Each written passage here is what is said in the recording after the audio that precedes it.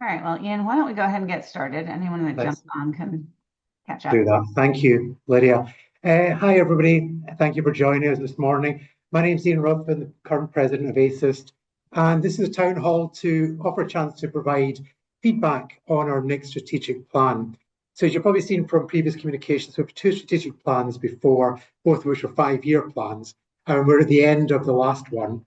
This strategic plan is a 3-year one, something shorter term, more focused, and we followed a consultative process led by Maria Bonn, our president-elect, to develop this plan. And we're getting to the end of our consultation phase, and Maria and our task force will take any feedback, adapt a new, update their strategic plan that they propose to us, and then the board will approve it later in the summer, and that will be our strategic plan for the next 3 years, which will guide a lot of what we're doing in ASIST. So we're really grateful for any feedback that we're getting at this stage, either through the web pages or through the town halls or through Lydia or any of the board members. And this is another opportunity to input and to have a discussion about what's being proposed in the strategic plan for the next 3 years. So thank you for coming this early for some of you, later for some of you. We'll have another town hall meeting this evening for those in the West and early in the morning for other parts of the world. I'm going to pass over to Lydia, who's got a slide just to give some details, and then we'll open up for any discussion or any questions that you might have around the strategic plan. Thank you, Lydia. Thanks, Ian. So welcome, everybody. Maria Bonn, who is the president-elect of ASIS, was the person leading the charge for developing this plan. She's in the Pacific Northwest of the U.S. right now, where it's 5 a.m. So we gave her a break and told her she didn't have to lead this call. She will lead the 6 p.m. Eastern time call if anyone wants to hear directly from Maria. But in the interim, we thought that I thought I would just give you a quick overview. I'm assuming those of you that are interested enough to get on this call have probably actually read the plan as well. But I thought this could be a good sort of quick overview of what's in the plan. You might recognize this slide from the last strategic plan. It sort of is an easy way of encompassing what is in the new plan. So this is the 2025 to 28 plan. As Ian said, it's a 3-year plan instead of a 5-year plan. There's actually as much, if not more, in it that we've said we're going to do than we said over 5 years the last time. But we also got most of what we said we were going to do in the last strategic plan accomplished within the first 3-ish years of that plan, and then we've been sort of in an ongoing evaluation phase since then. So we think that this is accomplishable, but it is an ambitious plan. And if we don't get it all done in 3 years, we will keep working on it until we're satisfied. So we had originally gone into this thinking that we wouldn't really need to recreate the mission and vision statement. But when we started this process, we also did not know that we might be merging with the Special Libraries Association. The strategic planning process started actually about annual meeting time last year, so October, November of last year. And the SLA merger came to us in February. So we had to pivot a little bit when we started talking about that. And so while we went into this thinking that the vision and mission might not change, we felt it was important to expand it a little bit in order to encompass the new members that might be coming to ASIS as a result of this merger. Just in terms of timing on the merger, we're intending to open a vote among the ASIS membership. We had hoped to get it open as early as this weekend. We're finalizing some documents still, so it may not open for a few more days into next week. But at some point in the next few weeks, the next couple of weeks, we'll be opening up a vote for the members. It'll be open until the 18th of August. And the membership will have the opportunity to express its wishes as it relates to ASIS merging. Really, the Special Libraries Association merging into ASIST. But all indications thus far have been very positive on that front. So it is our expectation that that will happen.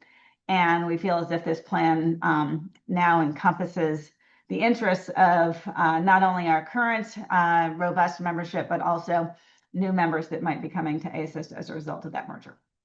So What we've said is essentially that our mission would be to foster excellence and innovation in the information sciences. We're moving away from the sort of information science and technology vernacular. We felt that that's kind of somewhat restrictive to us, and that the information sciences more broadly represents all of the various disciplines that make up this world that we live in, and that our vision would be to shape the future of information globally and locally as a force for positive change. And so this really gets to the notion that not only are we interested in sort of the technical and practical aspects of the use of information, but also how we use information to drive improvement in the world.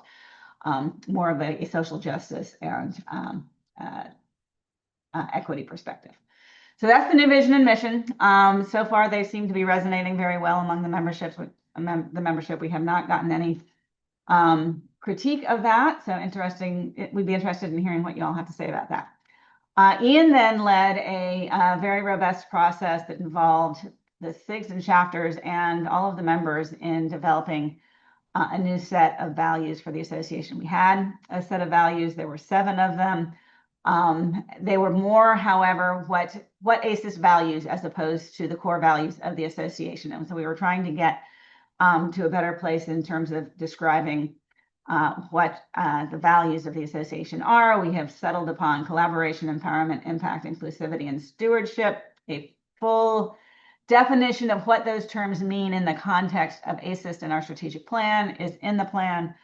I don't want to take our time to go into that now, but I think we really settled in a great place with this and had a lot of input from the members in the process of developing this. So in the end of the day, they voted on the ones that they felt were most important, and the board massaged that and has come to where we are. And we feel pretty strongly that this is a good reflection of us. So then once we got through the vision and mission and the values, we then focused on what we said we would want to do in the next 3 years. So if you're familiar with the 2020 to 25 plan, you will recognize the first 4 of these 5 pillars as being very much, they're actually out of order. The first 3 and the 5th are very much similar to the pillars that were in the last strategic plan, the major goals. And then we added into that the 4th one, the supportive pedagogical endeavors of our membership. So we now have these 5 overarching strategic goals in our plan, and then you can see under them the key initiatives for each. Within the Grow, Diversify, and Engage membership category, before we started talking to SLA, one of the goals was to increase the number of non-academic members in ASIS. So having SLA come to us and say they were interested in merging into us was a real... Lydia, sorry, you just froze for a minute there. Oh, I apologize. Maybe just go back 2 sentences. I will try to remember. Okay, so under the Grow and Diversify and Engage membership, we had in our, before we started talking to SLA about merger, one of our goals was to increase the non-academic membership in ASIS. And so SLA merger, when that came to us, we thought, gosh, we were already talking about trying to figure out, and honestly, we've been trying to figure out how to get more non-academic members into ASIS since I came to ASIS 8 years ago. And so this was a very serendipitous event for us that really started to check off some boxes in our strategic plan that we had already said we wanted to accomplish. So growing the ASIS membership upon merger, our membership will expand by automatically by about 1,000 people. We, of course, will have to engage those people in the membership and give them a reason that they will want to renew going forward. We're reasonably confident that we can do that, but we don't really know until they actually have to write a dues check to ASIS. We won't know whether or not we've been successful there, but we will have an immediate increase in membership, and we'll then need to address the needs not only of our current members. We're certainly not bypassing that at all, but we will also have a lot of new members that will have slightly different membership needs and expectations than our current members. We want to make sure that we are addressing everybody's needs and interests as we go forward. And then looking at ways to increase engagement, particularly at the SIG and chapter level. As I'm sure you are all aware, SIGs and chapters are very active and robust around annual meeting, and then many, though not all, but many do sort of quiet down significantly in the remainder of the year. So we want to figure out ways to support them in becoming more active, make sure that we are offering opportunities for members to engage in their own time zones, in their own languages, and so forth. So a lot of thought is being given to how we do that. Strengthening and sustaining publications. We put a lot of work in 2020 to 25 in developing new publications. So this is really around how do we sustain those and improve them and increase their visibility and so forth. Open access continuously being a consideration as we do that. Expanding professional development. This is really around making sure that we are meeting the professional development needs of members at all stages and in all career settings. And so ensuring that not only are ASIS members who have significantly different needs as they progress through their career, but also the incoming members from SLA are going to have other needs. What we're excited about is the opportunity of sort of cross-fertilizing those things so that we can do a better job, particularly around meeting the professional development and career needs of our student members who may or may not want to go on into academe, and providing them a broader range of opportunities as they are exposed to practicing information professionals. So we're excited about that. There's going to be a lot of work that's going to need to happen to make the grassroots networking happen, but we think that we will be successful in that area. The inclusion of this supportive pedagogical endeavors is somewhat controversial. We recognize we know that there is another association in our space, the Association for Library and Information Science Education, ALIS, that also works in the pedagogical space. However, ALIS is really very much a North American organization, not a great deal of global representation, and our global members are really quite passionate in this space and are looking to us to provide more support to them in their pedagogical endeavors. And so we feel there is an opportunity and a need there that we would like to address. So we're going to approach that from the perspective of developing resources to support pedagogy. We're hoping that we can develop a network of faculty that are sharing resources through the iConnect platform and having conversations around how best to teach topics in the information sciences. We are going to offer more professional development and teaching, particularly for early career members who are coming out of their PhD programs, not knowing how to teach, or for practicing information professionals that are interested in becoming adjunct faculty and would like opportunities to network and connect there. And then looking at research and pedagogy and collaborating with ALIS around how we can make the research that's happening in pedagogy more accessible to our members in ASIS. And then finally, this notion of making ASIS and our members leading voices in information sciences, in the information sciences globally. There's a fair amount of interest in, with the world being as, unstable and unpredictable as it is at the moment, what is the role of ASIS and our members in safeguarding the value of information and addressing issues like censorship and other things? And so we're going to explore the best ways to sort of bubble up those issues to the board, the best way for the board to make decisions on where and when we might want to make a public statement about something or develop a white paper on a topic. We have the best and brightest minds in the information sciences space in this association, and we want to figure out the best way to make our perspectives more visible to the world, noticing or being aware, of course, that everything now is politically fraught. And so we do not want to put ASIS in a position where we are either supporting or devaluing anybody or anything specifically, but there are certain values that need to be pursued. And so using our values framework, we're going to look at those opportunities. So that, in a nutshell, a fairly long nutshell, is what's included in the strategic plan. It is, as I said, it's ambitious, but I do think it is achievable. And so at this point, There we go. We are looking for your input, your questions.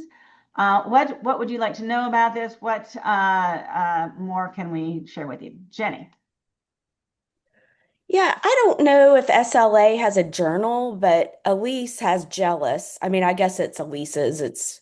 I mean, I'm not really sure exactly what the relationship is, but how are the journals of various associations going to maintain their own identity? I mean, if you're considering working with them, are they also going to keep their own publications or how's that work? So Elise will bring, I'm sorry, SLA will bring two journals to us, both of which are published by their academic and education uh, community. And they're sort of self-sustaining with their own editorial support system and their open access. We don't see any reason why those cannot continue on.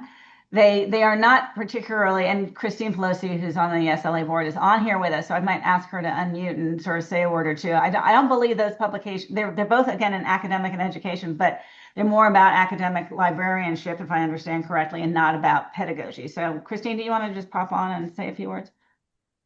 Oh, sure. Good morning, everyone. Thanks for, I thought I'd pop in and, hear Lydia and kind of hear from members as well and help, support the SLA ASIS merger any way I can. Just a little about myself. I'm in New York City and I work for the American Association of Advertising Agencies. So corporate, nonprofit. And I'm on the SLA board, and this is my third year as a director. So there's a little intro. And then Jenny, to get to your question, we have two journals, as Lydia was saying. It's academic libraries and practicing. The acronym is PAL, and I always have trouble with the full names. So it's like practicing academic libraries, something like that.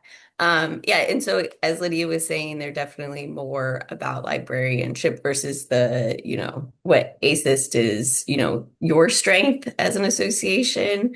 They are peer reviewed. It is something that one of the challenges we have is, marketing them to more of a broader audience as well. So there's a little background.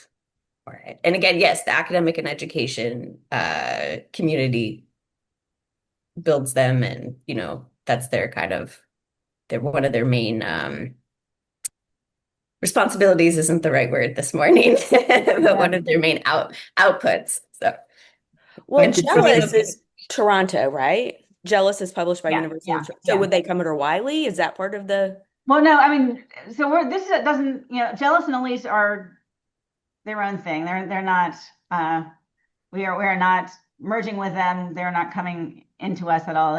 What we're trying to avoid doing is competing head on with them, right? So we're not planning to get into the business of incorporating research in pedagogy into JASIS. That scope wouldn't fit at all.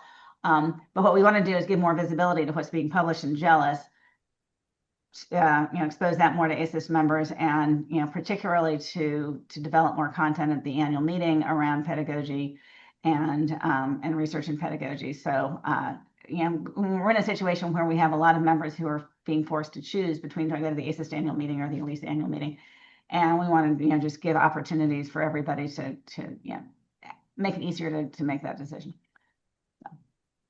And I think in terms of the SLA journals and ASIS, there's more opportunity there for mutual learning if we have three journals, plus ours, between, rather than where we've always been very traditional, focused just on one journal of JASIS. So I think there's opportunities there, and also maybe for authors to be more informed about choices of where they're going to publish.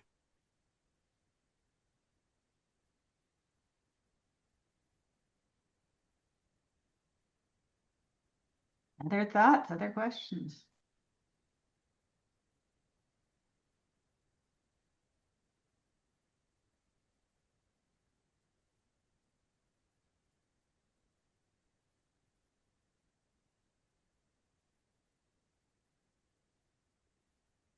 This was too easy, folks. Come on, make us work.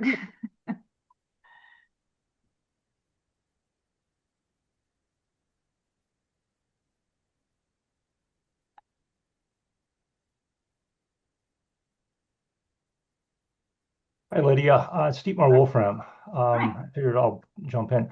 Um, uh, I was wondering, was there any, uh, um, wh- how do I put this? Okay, sorry, it's early for me. I'm still waking up here. Um, did is there much overlap in membership between SLA and ASIST right now? And if so, where is that? Like, I would imagine academic libraries would be one area where we would see membership in both, perhaps corporate libraries as well. I'm Yeah, just curious, like how much current overlap is there? currently there are about 20 people that are members Okay, of both, active, currently paid members. Of the database that I have now received from SLA, which is about 3,500 people, so not even close to their entire I ever see. membership, but people that have probably been members in the last 5 or 6 years. There is about a 150 people, I would say, at least that overlap. So people that have either been members of ASIS at some point and are now members of SLA, or the other way around. And that's, I mean, if we had the entirety of SLA's, anybody that's ever been a member of ASIS, or anybody that's ever been a member of SLA, and we compared it, it would be pretty significant. Largely because a lot of those people that are now members of SLA were members of ASIS as students. So there's a fair amount. I talked to a lot of people at the SLA annual conference who were like, "Oh yeah, I used to be a member of ASIS when I was a student, and then I became a practicing professional, and SLA was my place." So I think there's a decent amount of overlap in both over time. So members of SLA are somewhat familiar with ASIS, but currently only about 20 people. And yeah, you're exactly right. It's in the academic librarian space largely, and it's been very interesting. When we've had sort of town hall meetings of what can ASIS do better for you, frequently the people we hear from are the academic librarians, or people who are, sort of not in the traditional teaching and faculty space, saying there's not enough in ASIS for me. And so we're, really excited to be able to, sort of better serve those members, and people that are already in ASIS that felt as if there wasn't a big enough network for them, there wasn't enough resources and programming for them. And so now that we'll have more of a critical mass of that, we'll be able to gather information on what folks really need and create, in particular, just create those networks. And one of the things that SLA is going to bring to us is an incredibly strong networking culture and community engagement culture. And they're really robust in terms of local and regional events, and their communities are they are passionate about their communities. When I went to their annual conference, everybody introduced themselves as, "Hi, my name is Lydia, and I'm a member of," and then they would name off the two or three communities that they felt most strongly about. So I think that's going to enliven our SIGs and chapters in a way that we've been struggling to do. It's like, how do we get people more excited about this and talking about things? So I'm very encouraged that we'll see a lot of good activity from that. Just to Okay, say and in the chats, Shannon said that she's a member of both organizations. So thank you, Shannon. You're the future of Yep, yep. the community. And you're going to be saving Sorry, money because you won't have to pay for the that's association anymore. So, yeah. sorry, Dietmar, I interrupted you there. Sorry. no worries. With the potential merger of the two associations, is there any thought on how, if and how that may change the branding of ASIST? There's a For lot example, will it change the acronym? Yeah, there's a lot of thought about it. What we've settled on is that probably over time we will want to change names, but not anytime in the immediate future. We need to sort of live in this association for a couple of years and figure out what it is to all of us before we know how to brand it. So we intend to bring in somebody, who knows more about this stuff than any of ASIS or SLA's folks, to help us with that when we get there. And I've frankly been an advocate of changing our acronym for a long time, because our acronym and our name no longer match, which is incredibly confusing when you deal with silly little things like creating bank accounts and things like that, that people look at you and you're like, you call yourself ASIS, but you're the Association for Information Science and Technology. You're one S short. And so it's like, sorry, I know it's very confusing. So, and as I said earlier, the and technology verbiage, which we sort of forced into the ASIS name probably 15, 20 years ago, well, probably 20 years ago now because of the internet boom. And it made sense because the only way you could access information now was through technology, kind of a perspective, is no longer relevant because it's just so taken for granted that technology in our name, in fact, confuses people. Because everybody, when you say every time I introduce myself and I tell people who I work for, they say, "Oh, technology, information technology. That's so interesting." I'm like, "No, not information technology. It's nothing like that." So I've been a fan of the idea of changing our name and our branding for some time. So this will give us an opportunity to do that. But we're talking a couple of years from now at the earliest. I know that there are people coming from SLA that are sad to lose that name. So we're going to try and figure out the best way on our homepage and other ways to sort of make it visible that SLA is now a part of ASIS and that SLA hasn't gone away, and make sure that if someone Googles Special Libraries Association, they land on our webpage. But what we're really trying hard to avoid is an us and them situation where like SLA is a component of ASIS as opposed to just being part of ASIS. That's what we really want, is for the two be fully integrated. So we're going to, over time, sort of organically figure out what the right balance is there. Okay, thank you. Lynn. Yes, thank you, Lydia. I think this strategic action is reasonable and constructive. It will contribute to the development of ASIS in the future. As we know, the origin of information science in Europe is from documentation, and in North America it is called a special librarianship. So this time merging ASIS with SLA will consolidate the association and the relationship between library science and information science, or we call a library and information science, or LIS. We know that now iSchool movement is very popular today globally. And the iConference is also a well-known academic platform today. iSchool movement, I think, is a powerful competitor to our association.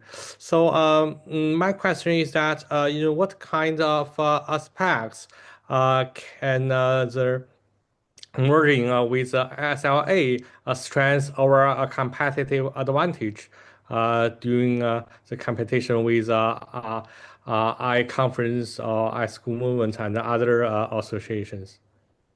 Thank you. Thanks, Lynn.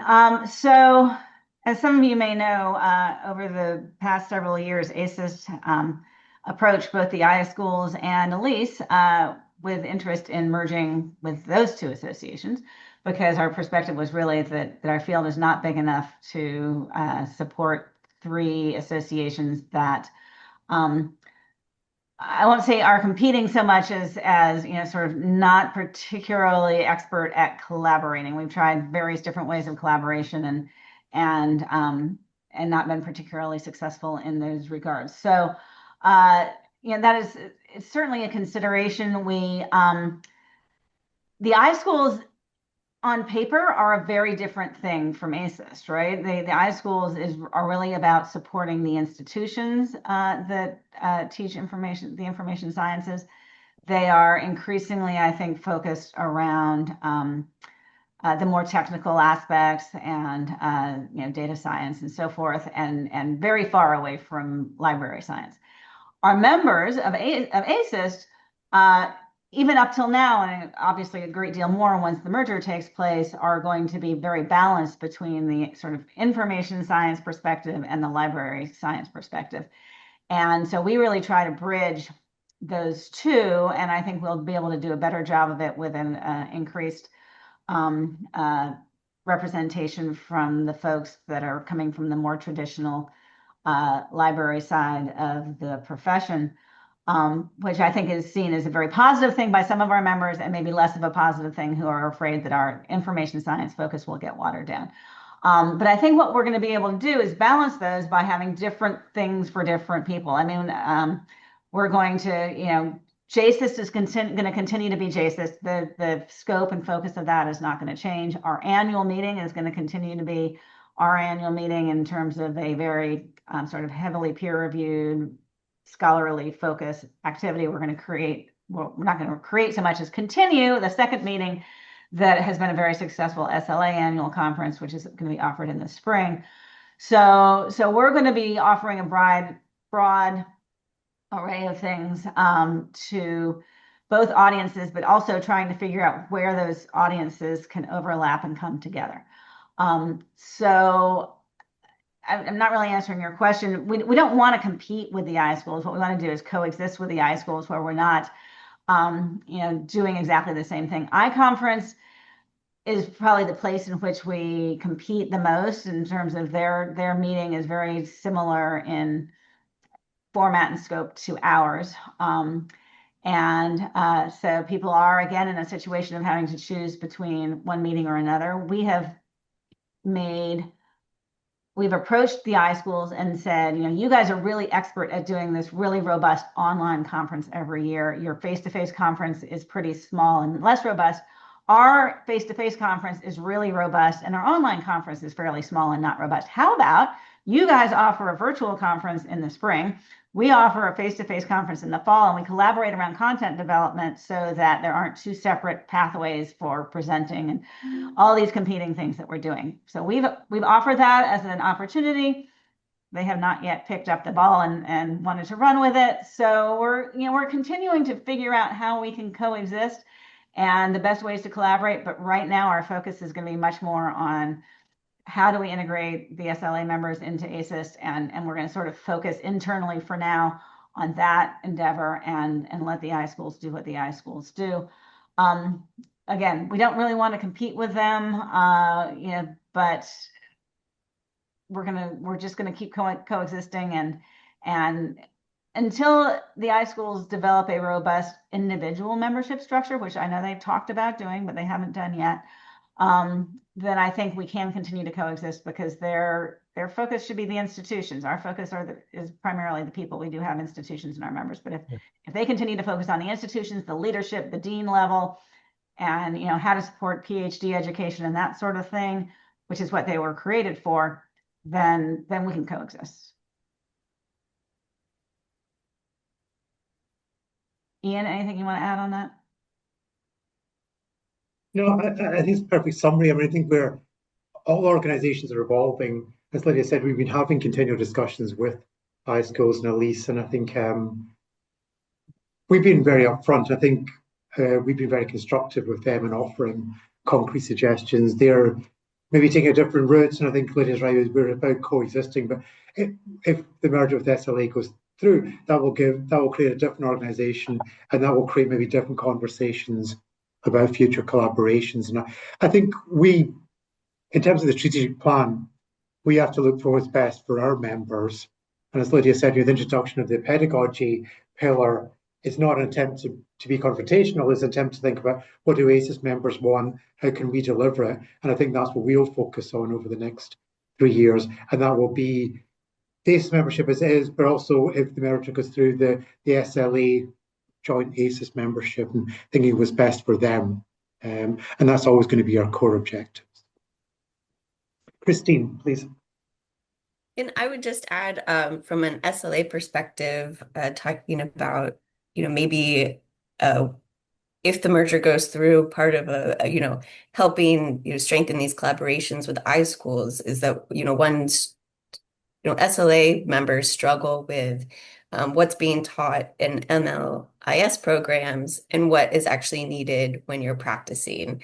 That's always, we've tried in the past to build better relationships with all of the library schools. And that's just, again, something we're struggling with. So something with this SLA ASIS merger, we could build those relationships, and then it could be a better collaboration with the iSchools maybe going forward as just a different perspective on it.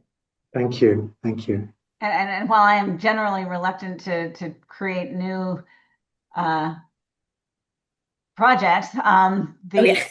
No, but what you say really makes a lot of sense, because Elise is working very hard on sort of supporting its members in how to become and maintain accreditation with American Library Association, which is a very American-centric issue, but it goes to the what's being taught. And if accreditation is not being driven by what the profession wants in their graduates, then we have a disconnect. So, creating pathways for that communication, I think, will be really important, and a good place where Elise and ASIS and the iSchools can come together. And another really sort of interesting idea is this notion of transferability of credits between, one place that you're studying in another. And that, I think, is a space where the iSchools could be amazing in creating those opportunities. And so there's a lot of places where the iSchools could really flourish. It doesn't step on ASIS territory so much. So, we'll continue having these conversations. Dietmar knows we've been talking about these things for a long time. Yeah. So it is possible to launch a system like ALA, a professional accreditation, in the future for the collaboration after the merger. This topic comes up once every year or so. Why doesn't ASIS get into the accreditation game? Accreditation is an incredibly human resource intensive, expensive undertaking. Most accreditations operate at a loss. They are not self-sustaining financially, so they're best done by big organizations like an ALA that can absorb that cost because they have other things that are supporting revenue. ACES, we just don't have the resources to, especially if we were to do it on a global level, which I assume, Lynn, is what you're talking about. Is ALA does it for American programs. They're what's the European one? There's Philip and there's Philip, yeah. Yep. So there are other sort of places, but there's no global seal of approval, as it were, for an iSchool.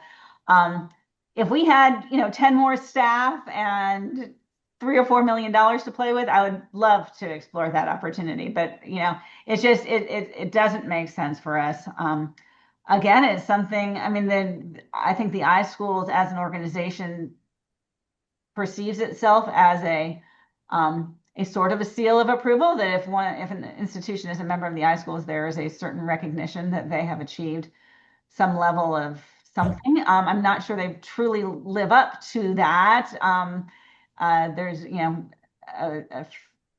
there are different tiers of membership in iSchools, but everybody now uses the iSchools name, and so it's unclear, I think, to the general public what the distinction is there.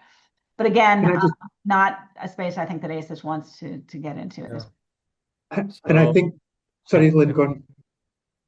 So I think if you build it, they will come. I don't disagree, but it still is it's expensive. It's just very expensive to run a program like that. Yeah, so we can learn some experience from some well-known accreditation systems in business fields like AACSB or ACUS. Yeah, to learn how they grow up from a very small system to become the authoritative system today. Yeah. I was just going to pick up on that on the accreditation issue, because I think even though we've got pedagogy in the new strategic plan, ASIS at its heart is still about research and practice rather than running courses. And so I think if there's going to be any kind of accreditation, it might be around research excellence rather than teaching. But I think that's one example where, rather than ASIS doing everything, it might be better a better role for ASIS might be having influence on something like ALA or SILA, rather than trying to do everything itself. So, but I think it's an interesting space that we're looking at. What's the best role ASIS could have for that kind of issue? The other place that this conversation is taking place a lot is IFLA, from a sort of more global perspective of what LIS competencies should be and what should be in the curriculum. And so part of merging with SLA includes ASIS becoming a more active member of it. Well, becoming a member at all. I'm a member, but as an institution, we're not a member at the moment. So ASIS becoming a member of IFLA and getting more engaged in those conversations at a global level. And I think we can contribute a lot and get a lot out of that as well. Mhm.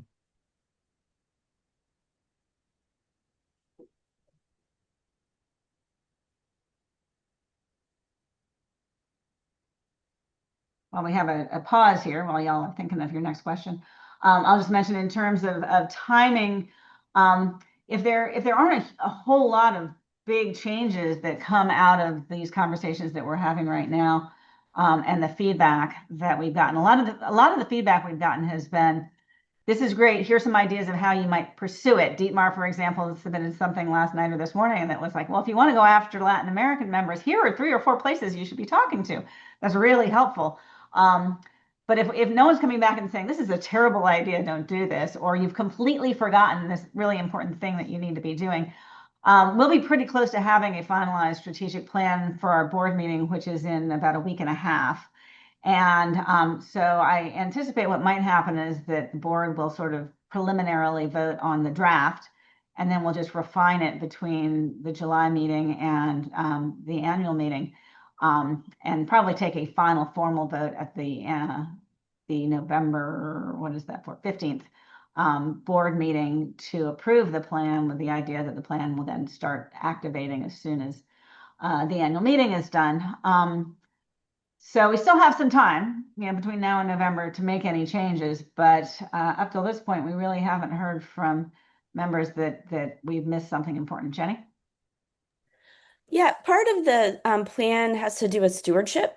And so what about our historical records, being stewards of those, and also probably of SLAs as well? So I know that's come up, like, is Michigan going to take those records, and are they going to ever be more accessible? Can we pour a little bit of money into that so that maybe some of the important stuff can be digitized or? Yes, so SLA currently has, I'm not sure whether they've destroyed the 100 and some odd boxes yet that they're supposed to be destroying, but they haven't. Their archives are at Iron Mountain.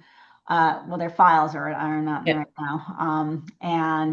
So SLA is in the process of getting rid of things that they know they can get rid of, financial records that are more than 7 years old, et cetera. And then there are 100 and some boxes that need to be gone through. Jenny, you'll remember this experience, right? We had the same number of boxes that had to be more than that had to be gone through when we moved out of our physical office space. So there are plans in place to transit the documents, the boxes that need to be gone through to Baltimore, where they can be gone through. And then once we get it down to what SLA feels is what needs to be kept as the archive, and they're going to be sort of sorting carefully through it and cataloging it as they go, I believe. Christine, you can correct me if I'm wrong. No, yeah, Lydia, you kind of got it all. Good. And then we will send them over to Michigan. What we're trying not to do is dump a bunch more stuff on Michigan that then needs to be cataloged, because at some point, Michigan, which for those of you that don't know, Michigan houses the ASIS archive, and they have done it very generously at no cost to ASIS for decades. And I'm trying very hard not to push that envelope to the point where they say, okay, you've asked too much of us now, we're going to start charging you to house your archive, which can be a very expensive thing. So Michigan took like 52 boxes of materials from us. I'll be honest, I haven't been in touch with them lately to find out whether or not there's a new finding aid for all of those materials. I need to do that. But then we'll send them all the SLA stuff as well, and that will all get integrated. So yes, we're certainly absolutely preserving them. There was a discussion on the SIG HFIS board just in the last couple of days about new materials this keeps happening, right? That people, as they retire, are like, oh, I have this repository of fabulous old documents. Who wants them?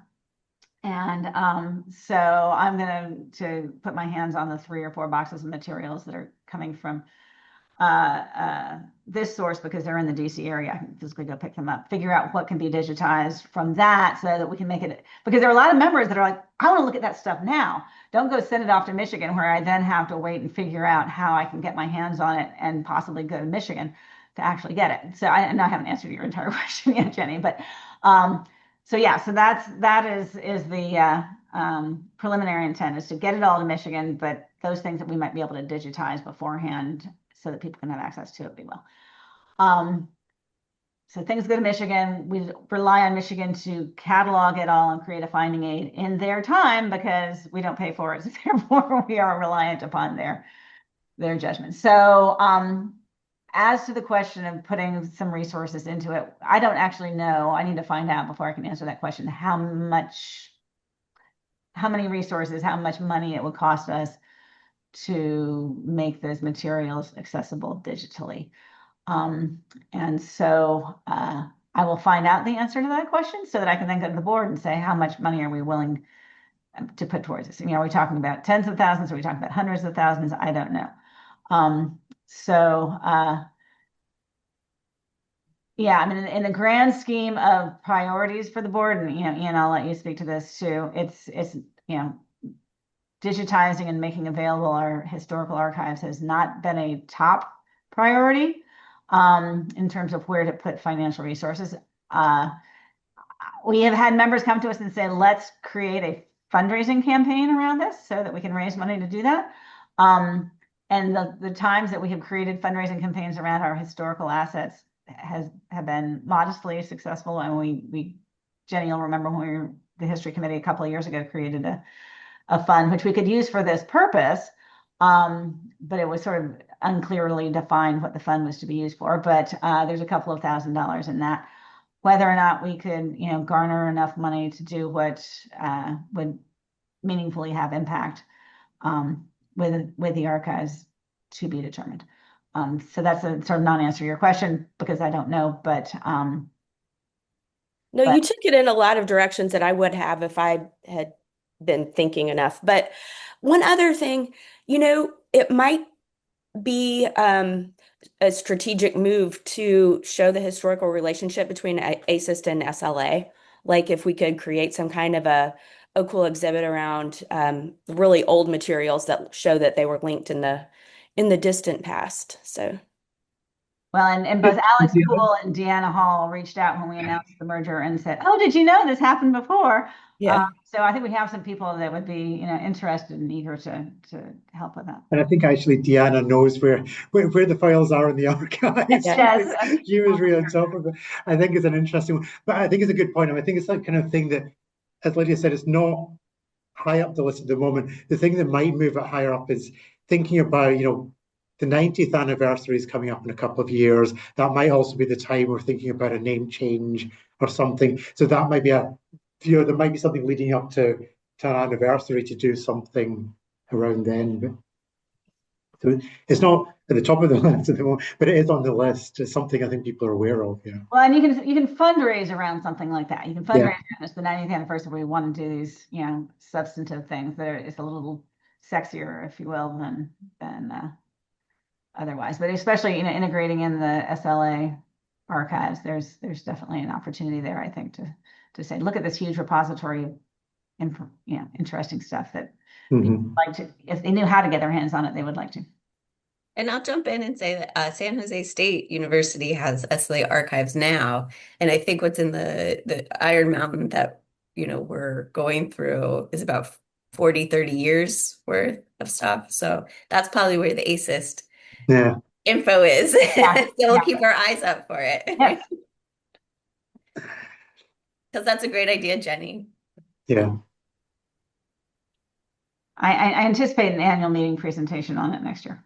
By Alex Poole, almost certainly. So just thinking, anybody got any final questions? I mean, we're really grateful for you turning up and giving us your feedback.